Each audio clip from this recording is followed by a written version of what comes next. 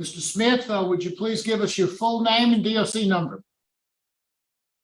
Billy Ray Smith, 114272.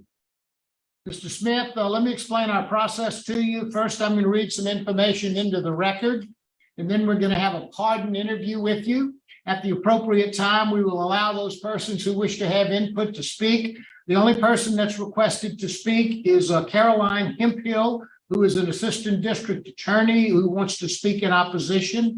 Once we have the hearing, you'll have an opportunity to speak to the board, and then we'll vote. You understand our process, sir? Yes, sir. This is the case of Billy R. Smith, DOC number 114272, date of birth August the 27th of 1965. Mr. Smith is serving a life sentence on the charges of first-degree rape, armed robbery, and forgery, having been sentenced on October the 12th of 1988 for the first-degree rape and armed robbery, and on August the 10th of 88 on the forgery charge. Is that basically correct, Mr. Smith? Yes, sir. Mr. Smith, your case has been assigned to Ms. Bonnie Jackson. She will begin our interview process. Would you please answer any questions she might have? Good afternoon. How you doing? I'm fine, thank you. All right, Mr. Smith, you're 58 years old, is that correct? Yes, ma'am. And you have been incarcerated for about 38 years. Yes, ma'am. So you were 20 when you committed this offense, is that correct? Yes, ma'am. I read your application, Mr. Smith, and I was happy to see that you admitted your guilt. You didn't make any excuses for it. You admitted that you did in fact commit the crime that you were convicted of committing. And so that's a good start, because I think honesty goes a long way with the board. So let's talk about who you were at 20 and how it is you came to commit this crime against the victim. Had you graduated from high school? No, ma'am. I quit in 11th grade. And why'd you quit? I had my first child born. I had to find me a job. I had to go to work for Macklemore Construction. Okay. And were you working at the time of this offense? I got laid off Okay, how long have you been laid off? about 3 or 4 months prior to this incident. All right. You had committed a forgery before you committed this crime, is that correct? Yes, ma'am. What's that about? I believe I ran low on money and I wrote I found a check and wrote a hot check. Okay. And let's talk about exactly what happened on the date that you committed the rape and the robbery. My intention on August 29th was just to go in and rob the place. But the robbery led to the rape, and I'm sorry. I'm sorry. Okay, but how? I don't know. I was young. I was foolish. I was selfish. We didn't think about nobody else. Most robberies don't lead to rape. Most robbers go in, get the money, and leave. I agree. But you didn't do that. So why do you think you've had 38 years to think about what you did? Why do you think you chose to commit this rape on this victim? I don't know. I was out of control. I was a young teenager, hot-headed, out of control. I wouldn't listen to my parents and stuff, but I learned a great deal since I've been locked up. We'll talk about that, but I'm trying to get to the root of, again, rape is a very specific kind of crime. Yes, ma'am. And most robbers go in, get the money, and they leave. Or sometimes they might kill the victim, but rarely do they rape the victim. So were you under the influence of any drugs or alcohol? No, ma'am. Okay. Did you drink or use drugs at that time? No, I didn't hit the victim. No, I said, were you a drug user or an alcohol user Oh, around this time? I wasn't on alcohol, but I used to drink a lot. I wasn't on alcohol the day of the crime. But, okay, I got you. You hadn't had anything to drink that day, but you did drink. Yes, ma'am. What about drug use? No, I very suddenly I smoked a little weed and that was it. Okay.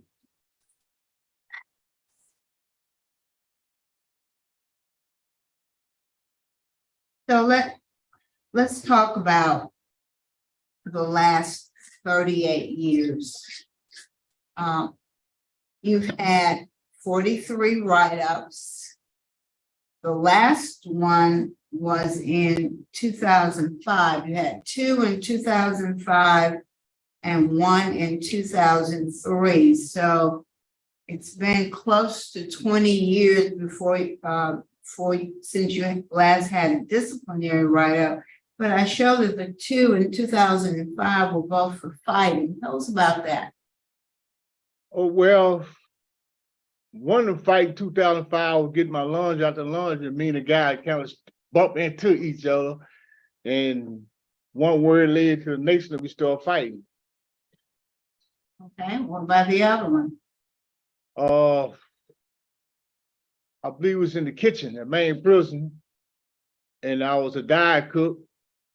And we got into a disagreement, we started fighting. Okay. What's your job at the prison? I'm a Camp F clerk in the kitchen. And how long have you had that job? Reached about a month. Prior to then, I was working at Death Row as an orderly. How long did you do that? A year. What else? You've been there a long time. So what's the main job you've had during your incarceration? What job did you have the longest? The longest, working in the kitchen. Okay. Kitchen.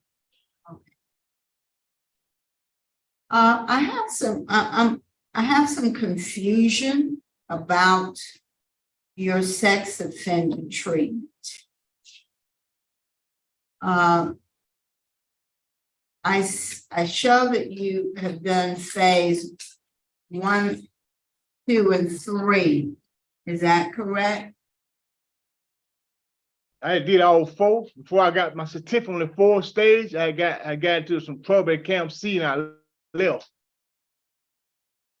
Well, did you finish phase 4? Yes, ma'am. What year was that? Let me make sure. Okay.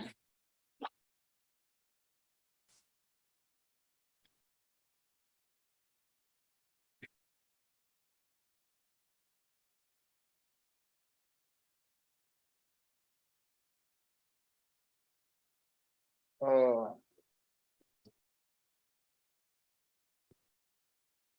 2001. You finished phase 4 in 2001? 2001. Okay. That's when I finished. Before I received my certificates, I got transferred. All right, but you have a copy of your certificate with you? So I don't have phase 4 certificate. If I went through the last stage, Mm-hmm. I got into some trouble before the certificate came out and moved me to main prison. Okay. Now,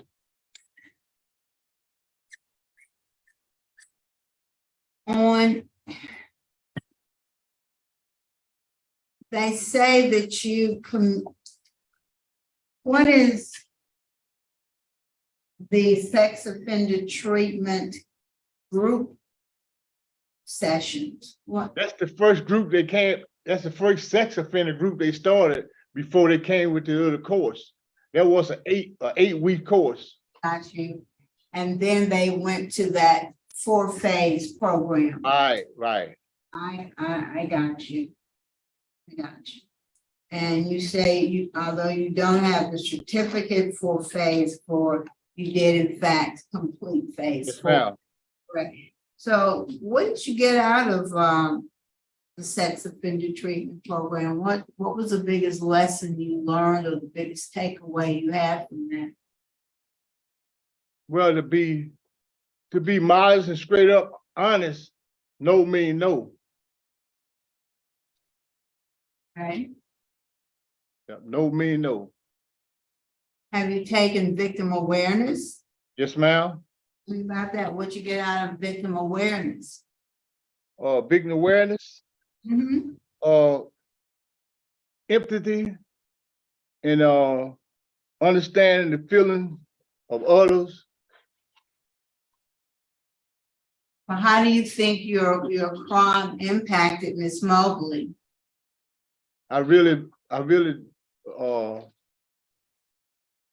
screwed up as a young teenager. I agree that I messed up. Yeah, but I know you messed up. Something I shouldn't did.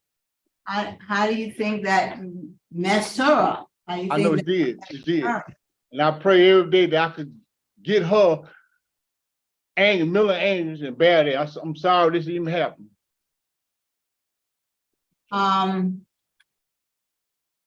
Was there ever a time when you were denying that you committed the crime to members of your family or members of the community? At first when I first got locked up on the charge. I was in denial at first. Right, and so are you aware that because of that, people, and you all are from a small area, right? Now, What's the name of this town? Franklin Parish, Winsboro. Okay. So around Winsboro, the victim has had to bear the stigma not only of being a rape victim, but being labeled that white woman who lied and sent that young Black man to prison. Because you were in denial. I was in. It led people to believe that she was a liar and that her lies had sent you to prison. Were you aware of that? Yes, ma'am. So how do you feel about that? That this lady all this time has had to walk around, be stigmatized, and people thinking that she just made this up and to get you locked up. What do you think about that? I know she's feeling miserable right now, and I really sympathize with her. Or how could you correct that? By apologizing to her family, and the community.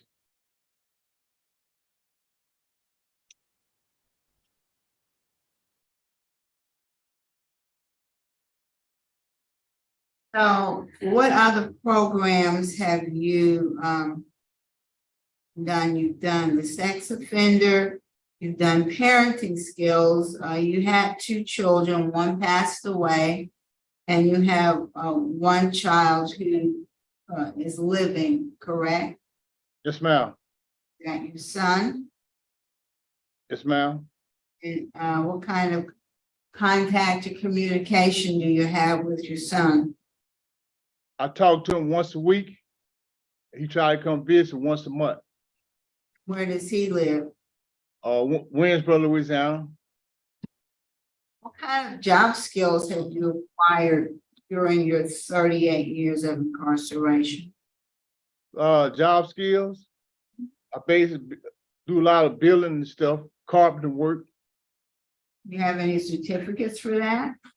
I don't have a certificate, Right now, I'm in GED school as we speak. I'm in school. And, why is it taking you so long to get in GED school? Because once I settle down and stop getting into trouble, I started getting in school. But by me constantly getting in trouble, I had to move from one, I get on the backlog list, got to move from one camp to the next camp. Then I lose my term in the backlog list. You haven't been in trouble since 2005. All right, and the backlog list was long.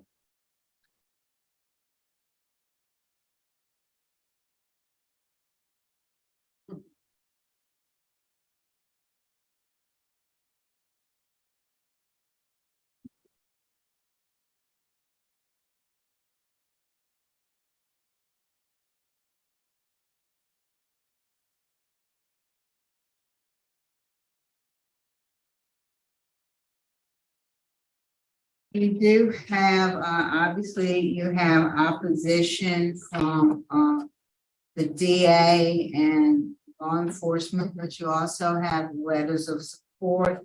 We actually have a letter from your son, who is in support. And a woman by the name of Miss Sybil Walker. Yes, ma'am. How do you know Miss Walker? Met her up here about 6 years ago. We've been writing, corresponding with each other. If you were to be successful, what's your transition plan? Where would you live? Where would you work? Where would you go? Well, 303 Mark Street, Winsboro, Louisiana. My house already there. I work for my son. He got a roofing company. Already roofing. How do you think your being back in Winsboro would affect the victim in this case? Well, I don't know. I believe I'm ready to move on. Let past be the past. You know, Well, even though I done screwed up, messed up, I just, I figured that out. How do you think she would feel having to run into you?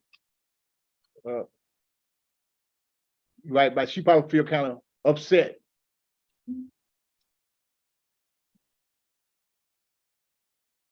Warren, what can you tell us about Mr. Smith? Class B trustee since 2014. Been a hobby shop orderly, general orderly, and he's a culinary clerk, like he said, for the last month. I'm noting here that on that phase 4, that he was in that phase 4 in 2022, but according to our records, did not complete the group. So we'd have to look into that.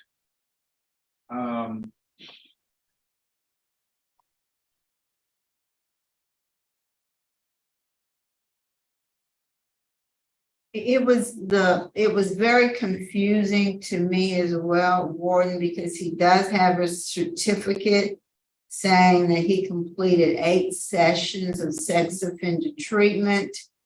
And I think we had certificates for phase 1 through 3.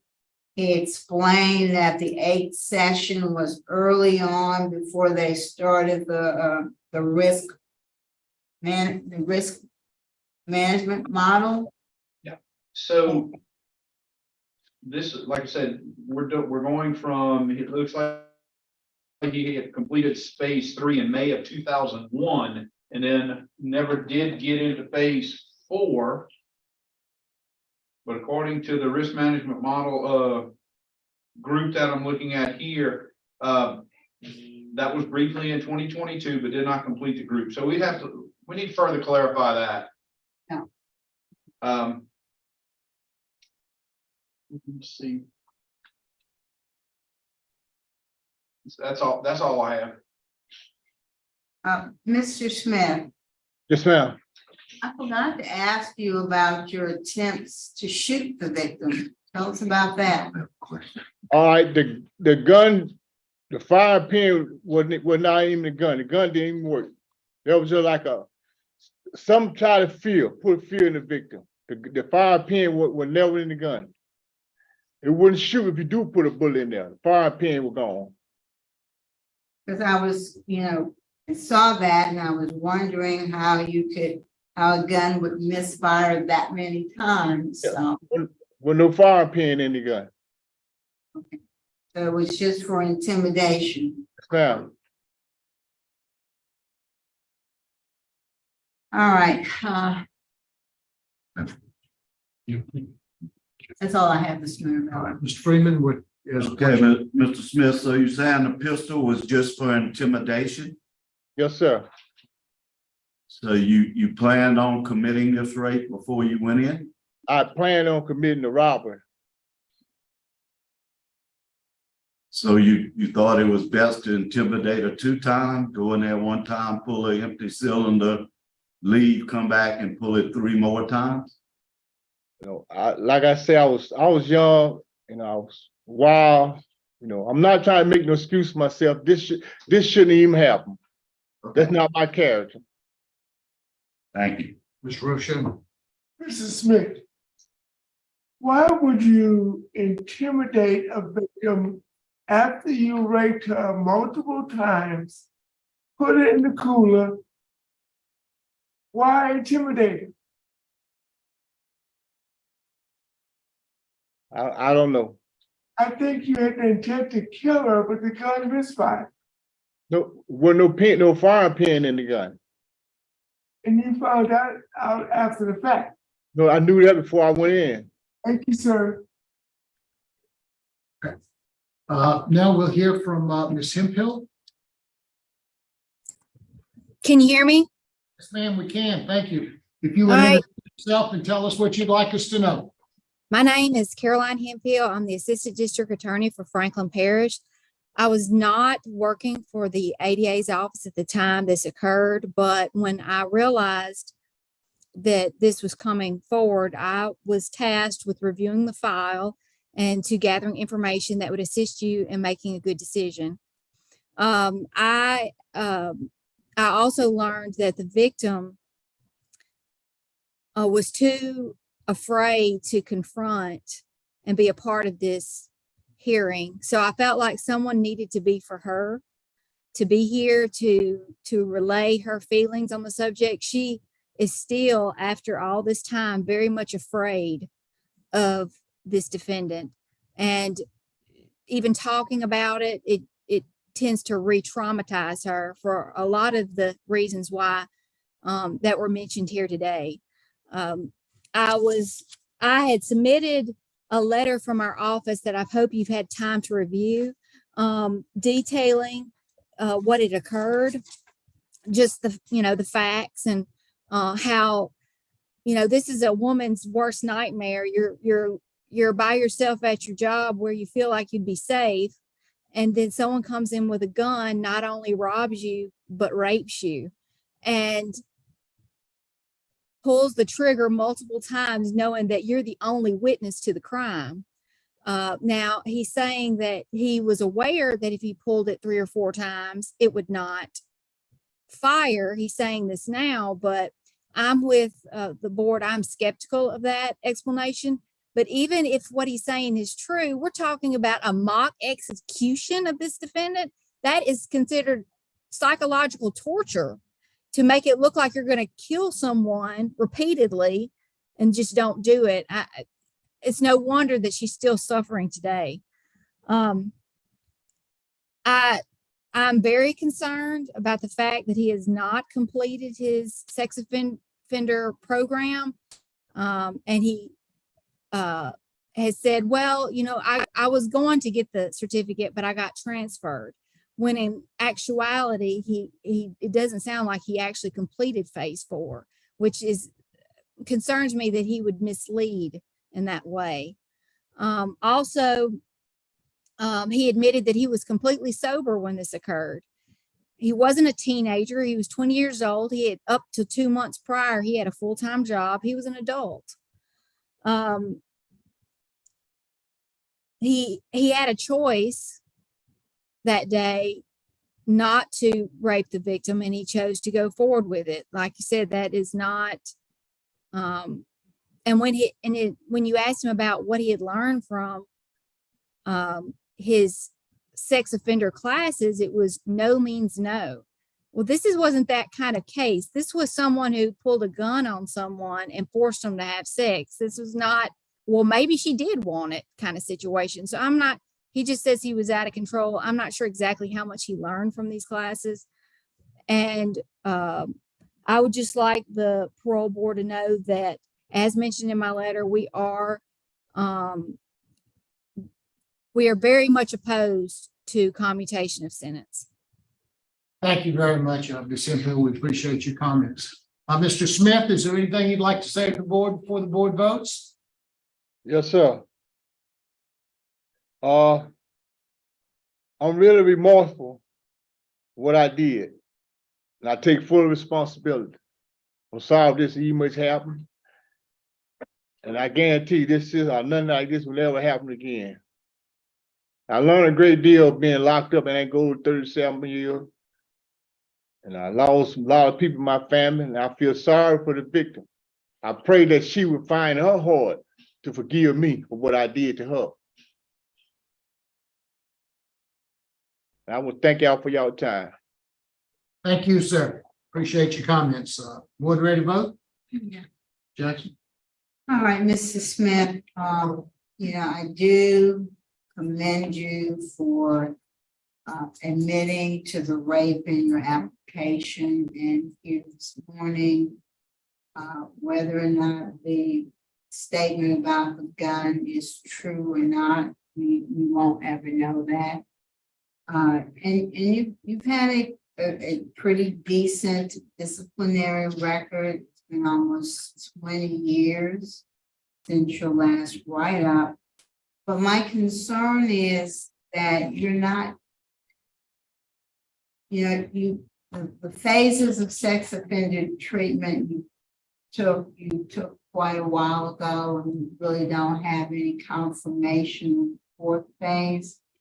But I would suggest that you could benefit from taking the whole sex offender program over again, so that you can really truly understand the impact of what this has, how this has affected her. You have no right to her forgiveness. You don't. That's something she and she alone would have to choose to give, and she may not ever do that, because this had to be very traumatizing for her, particularly when you add to that the stigma that she's had to carry, being accused of having lied and made all this up. And I don't know if there's anything you can do to make up for that, except maybe tell your family, she didn't lie. I'm the person who did it. And maybe they can, communicate that to the community or something. But I think you need some more work. You're still a young man. I may not feel like it to you, but you're still a young man. And I think you have time to do some more work on yourself. And the next time you apply, you may have a different outcome. But today, my vote is to deny. I just think you need more progress. Thank you, Ms. Jackson. Mr. Freeman? I agree with Ms. Jackson. We need verification of the sex of treatment, but like the DA said, looks like all you got other was no means no, when yours was an actual rape. So there wasn't no chance for no to mean anything. I do think you're close, but at this time, I am going to also vote to deny. And I recommend that you try to find a residence outside of that parish. It's very hard to be in the same parish with your victim. Yes, sir. Thank you, Mr. Freeman. Ms. Roche? Thank you, Mr. Chairman. Mrs. Smith, based on the nature of the offense, adamant opposition from the victim who is still affected today by the crime, law enforcement opposition, and very strong opposition from the DA's office. Our vote is to deny your request. Thank you, Mr. Roche. Mr. Smith, you have 3 votes to deny. I agree with my colleagues for all the reasons that they've said. I think you will strongly benefit going through that sex offender treatment program again. And this time, take it to heart, understand it, and listen to it. So your vote today is unanimous to deny your request. But if you continue to work, perhaps the next time you'll be more successful. So good luck to you, sir.